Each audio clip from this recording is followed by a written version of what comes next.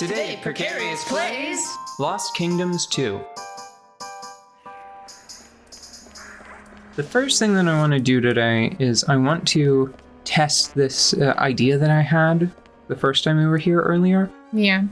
So look with me now. Mm-hmm. So I am not a crazy person. Okay. Or rather, so I can discount that I am a crazy person. Empty. Empty, yes. Empty space. Empty. Well, there are rocks, Yes. but largely empty. More rocks, empty. I have bird. You have bird. I have bird. Yes. Let me go ahead and get my other friends, Fire Dog and The Thing. Marvel's The Thing. Mm-hmm. Okay, here is Marvel's The Thing. Fire Dog, where are you? Here's There's my friend, Fire Dog. Okay. So there's a box, right? I see it. I think there's another box over there. Mm-hmm. Now, I will try to attack these rocks. What's an economical way to attack these rocks? Here, I'll use Dragon Knight. Nothing. Right. I will try to use Golem. Nothing. Make sure that got an angle on it. Okay.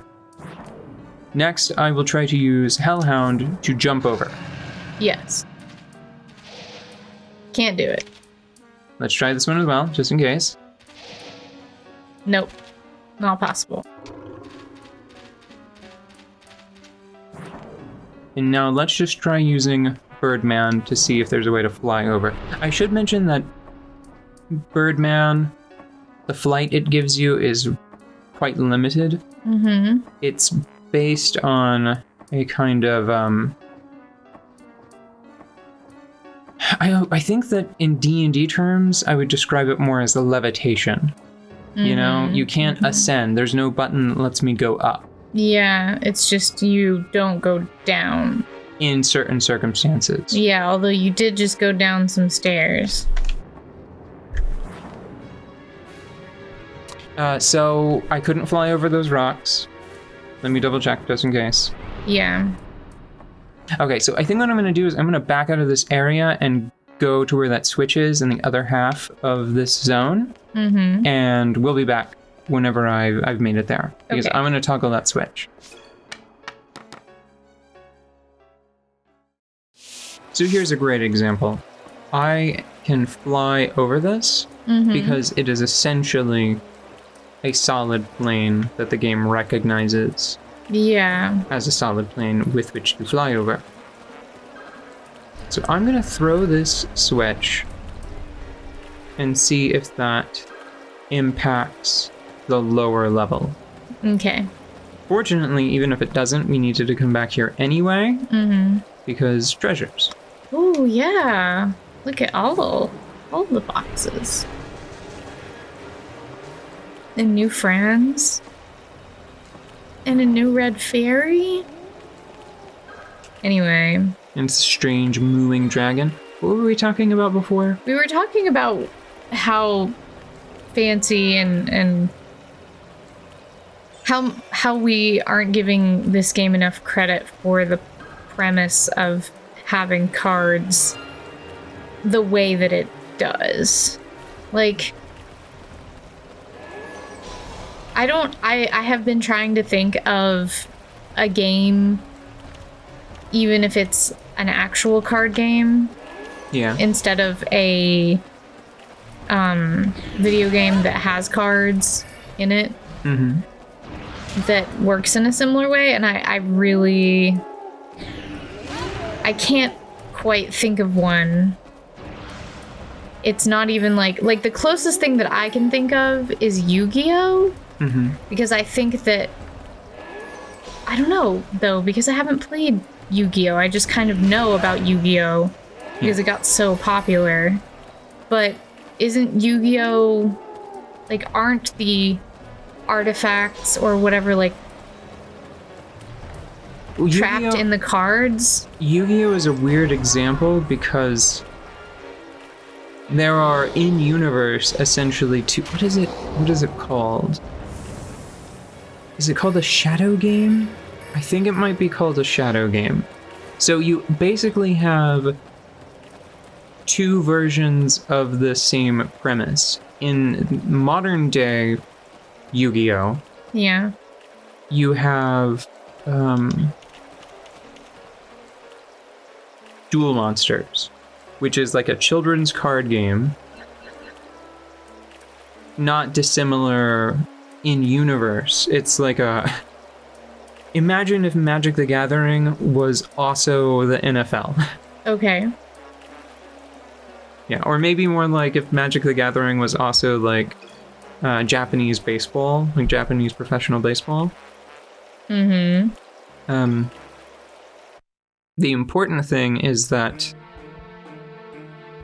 in the fiction of the game, for most people, it is just a card game that is associated with a very sophisticated system of holograms. Mm-hmm.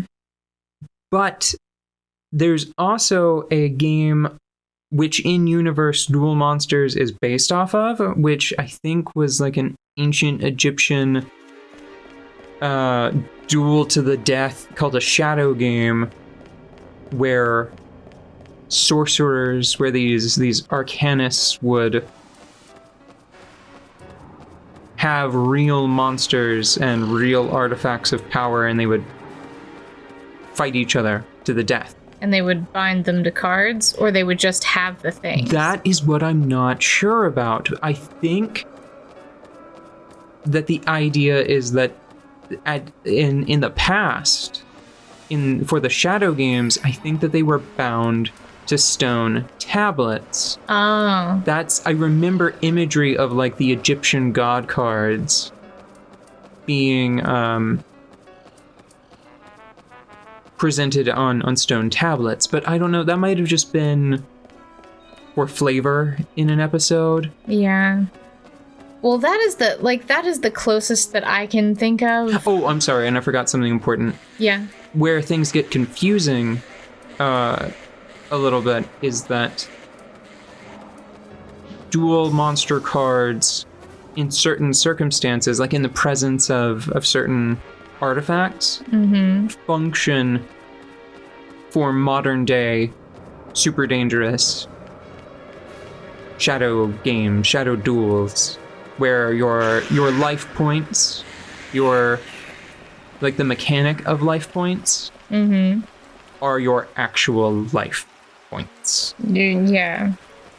That's why I thought, like, that is, it lines up with what I have heard about Yu-Gi-Oh! And so that is the closest I can think. But in Yu-Gi-Oh! I mean, it's not like there's a person really controlling the movement. And what? Okay, see, yeah, I was gonna wait until you were done. Do you wanna take a break and talk about this first? Because I've got some problems.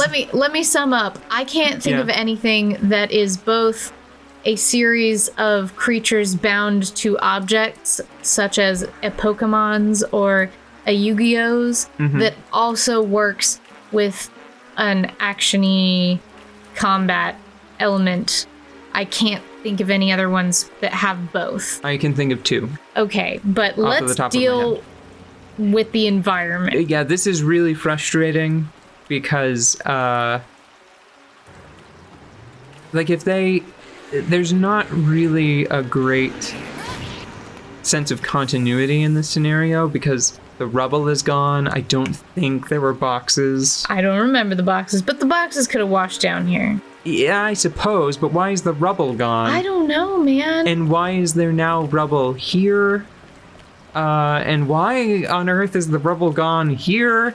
And now is this a flyable surface? You bet your butt it is. Okay. You know what? I'm just gonna take my prize and go home. Yeah, that was super weird. Maybe they couldn't figure out a better way to do it. Maelstrom, great. I don't know. They could have figured out. Somebody could have. Just don't have the rubble. I don't know. Maybe they just had to find a way really late in development to fix the problem. Possibly. And they were just like, I don't know, God, you guys, the ship's in like a week. Just put some rocks there and put an invisible wall that goes away when we trigger the water, okay? Yeah. You know? I mean, it's sad, but like, it definitely looks rushed.